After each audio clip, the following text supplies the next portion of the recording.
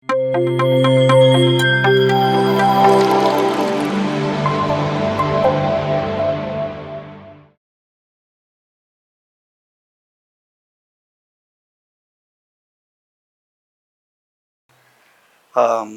2 ವರ್ಷದಲ್ಲಿ ಮೊದಲನೇ ವರ್ಷ ತುಂಬ ಎಕ್ಸ್ಪ್ಲೋರ್ ಮಾಡ್ತಿದ್ದೆ.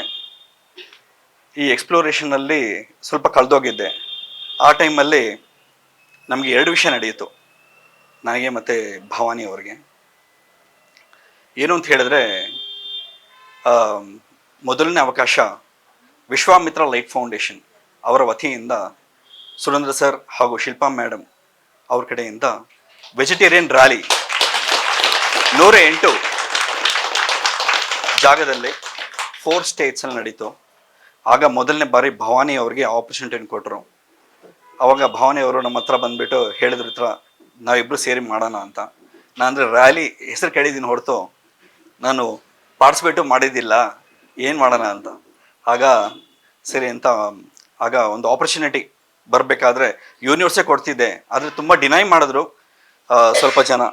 ಬಟ್ ಯೂನಿವರ್ಸೇ ನಮ್ಗೆ ಕೊಡಬೇಕಾದ್ರೆ ನಾವು ಅದನ್ನು ಅಕ್ಸೆಪ್ಟ್ ಮಾಡಬೇಕು ಅಂತ ಸುರೇಂದ್ರ ಸರ್ ಹಾಗೂ ಶಿಲ್ಪಾ ಮೇಡಮ್ ಅವ್ರ ಎಂಟೈರ್ ಟೀಮಿಂದ ಒಂದು ಸಪೋರ್ಟ್ ತೊಗೊಂಡು ಆರ್ಗನೈಸ್ ಮಾಡಿದ್ವಿ ಹುಳಿಮಾವು ಅಲ್ಲಿ.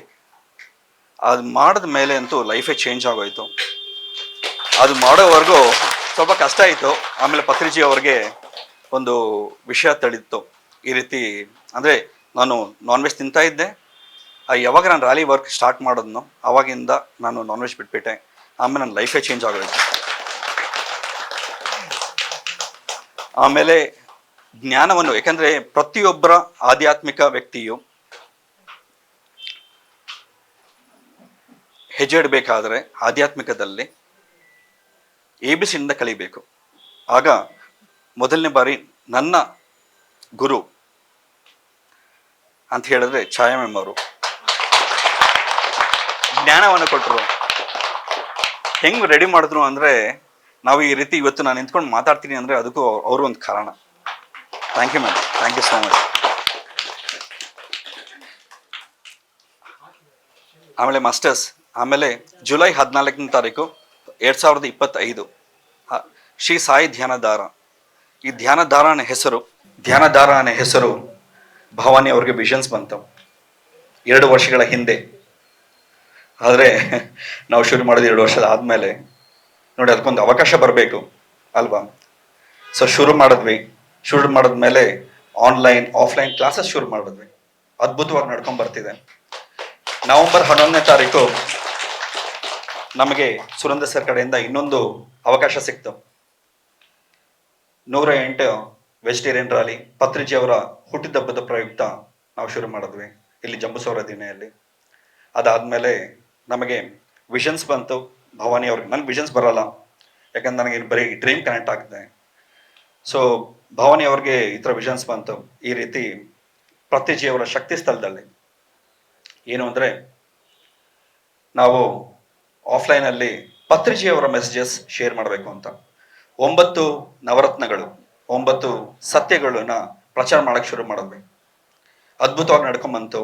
ಅಂದರೆ ಈ ಟೈಮಲ್ಲಿ 2 ಮಂಡಲ ಧ್ಯಾನ ಮಾಡ್ತಾ ಇದ್ವಿ. ಮೊದಲನೇ ಮಂಡಲ ಧ್ಯಾನ ಮಾಡಬೇಕಾದ್ರೆ ನಮಗೊಂದು ಸಂಕಲ್ಪವಿತ್ತು, ಪಿರಮಿಡ್ ಮನೆ ಮೇಲ್ಗಡೆ ಮಾಡಬೇಕು ಅಂತ. ಆ ಮೊದಲನೇ ಸಂಕಲ್ಪದಲ್ಲೇ ನಮಗೆ ಬಂದಿರೋ ವಿಷನ್ಸ್ ಆಸ್ಟ್ರಲ್ಲಿ ಬಂತು. ಅದನ್ನು ಎಲ್ಲ ಮಾಸ್ಟರ್ಸ್ಗೂ ಶೇರ್ ಮಾಡೋಕ್ಕೆ ಶುರು ಮಾಡಿದ್ವಿ. ಸರಿ ಅಂತ ಕಡ್ತಲಿಂದ ಬಂದ ಮೇಲೆ ನಮಗೆ 2ನೇ ಮಂಡಲದಲ್ಲಿ ಶುರು ಮಾಡಿದ್ವಿ. ಇನ್ನೊಂದು ಸಂಕಲ್ಪ ನಡೆಯಿತು, ಪಿರಮಿಡ್ ಮಾಡಬೇಕು ಅಂತ. ಆಗ ಮಾಸ್ಟರ್ ಸಪೋರ್ಟಿಂದ ನಾವೇನು ಮಾಡಿದ್ವಿ ಅಂದರೆ ಶುರು ಮಾಡಿದ್ವಿ ವರ್ಕ್. ನಿಮಗೆಲ್ಲ ಗೊತ್ತಿರಬಹುದು, ಮಣಿವಣ್ಣನ್ ಸರ್ ಬಂದಿದ್ದಾರೆ ಇವತ್ತು. ಅವ್ರನ್ನ ಕಾಂಟ್ಯಾಕ್ಟ್ ಮಾಡಿದ್ವಿ. ಅವರ ಒಂದು ಟೀಮ್ ರೆಫರೆನ್ಸಿಂದ ನಾವು ಇವತ್ತು ಪಿರಮಿಡ್ ಲೋಕಾರ್ಪಣೆ ಪ್ರೋಗ್ರಾಮ್ ಇಟ್ಕೊಂಡಿದ್ದೀವಿ. ಅಂದರೆ ಪಿರಮಿಡ್ ಅದ್ಭುತವಾಗಿ ಬಂತು. ಅಂದರೆ ಮಾಸ್ಟರ್ಸ್ ಏನು ಅಂದರೆ, ಪಿರಮಿಡ್ ವರ್ಕ್ ಸ್ಟಾರ್ಟ್ ಮಾಡಬೇಕಾದ್ರೆ ಫೆಬ್ರವರಿ 2ನೇ ತಾರೀಕು ಸ್ಟಾರ್ಟ್ ಮಾಡಿದ್ವಿ. ಒಂದೊಂದು ವಿಷಯನೂ ನಡಿಬೇಕಾದ್ರೆ ಅದ್ಭುತವಾಗಿ ನಡ್ಕೊಂಡ್ಬಂತು. ಇದು ನಾನು ಡಿಸೈಡ್ ಮಾಡಿದ್ದಲ್ಲ, ಇದು ಮಾಸ್ಟರ್ಸೇ ಡಿಸೈಡ್ ಮಾಡಿರೋದು. ಯೂನಿವರ್ಸ್ ಆಲ್ರೆಡಿ ಡಿಸೈಡ್ ಮಾಡಿತ್ತು. ಎಲ್ಲ ಪೂರ್ತಿ ಆದಮೇಲೆ ಒಂದಿನ ನನಗೆ ಡ್ರೀಮ್ ಬಂತು. ಏನಂದರೆ, ಒಂದು ಜನ್ಮದಲ್ಲಿ ಆಲ್ರೆಡಿ ಒಂದು ಪಿರಮಿಡ್ ನಡೆದಿತ್ತು, ಅಂದ್ರೆ ಅದು 3rd ಫ್ಲೋರ್ ಇತ್ತು, ಈಗ 2nd ಫ್ಲೋರ್ ಪ್ಲಸ್ ಅಲ್ಲಾಗಿದೆ ಅಷ್ಟೇ ಮಾಸ್ಟರ್ಸ್, ಏನು ಡಿಫ್ರೆನ್ಸ್ ಇಲ್ಲ. ಹಾಗಾದ್ರೆ ನಮ್ಮ ಕೆಲಸ ಇನ್ನೂ ಇದೆ ಅಂದ್ಬಿಟ್ಟು ನಮ್ಗೆ ಗೊತ್ತಾಯ್ತು. ಮಾಸ್ಟರ್ಸ್, ಒಂದೊಂದು ವಿಷಯನೂ ಇಲ್ಲಿ ನಡೆದಿದ್ದು ಅದ್ಭುತ ಅನ್ಸುತ್ತೆ. ಪಿರಮಿಡ್ ಶಕ್ತಿಗೋಸ್ಕರ ಕಲಾವತಿ ಮ್ಯಾಮ್ ಬಂದಿದ್ರು, ಅವ್ರ ಎಂಟೈರ್ ಟೀಮ್ ಬಂದಿದ್ರು, ಎಲ್ಲರನ್ನೂ ಕರೆಸಿದ್ವಿ ಇಲ್ಲಿ ಶಕ್ತಿಗೋಸ್ಕರ. ಆಗ ಎಷ್ಟೊಂದು ಜನಕ್ಕೆ ಅನುಭವ ನಡೀತು. ನಮಗೆ ಬಂದಿರೋ ವಿಷನ್ಸ್ ಏನು ಅಂದರೆ, ಇಲ್ಲಿ ಧ್ಯಾನ ಮಾಡುವ ಪ್ರತಿಯೊಬ್ಬರು ಕರ್ಮ ದಗ್ಧ ಆಗುತ್ತೆ ಹಾಗೂ ಹೆಲ್ತ್ ಇಶ್ಯೂಸ್ ಪ್ರಾಬ್ಲಮ್ ಸಾಲ್ವ್ ಆಗುತ್ತೆ. ಈ ರೀತಿ ಮೆಸೇಜ್ ಬಂತು ಮಾಸ್ಟರ್ಸ್.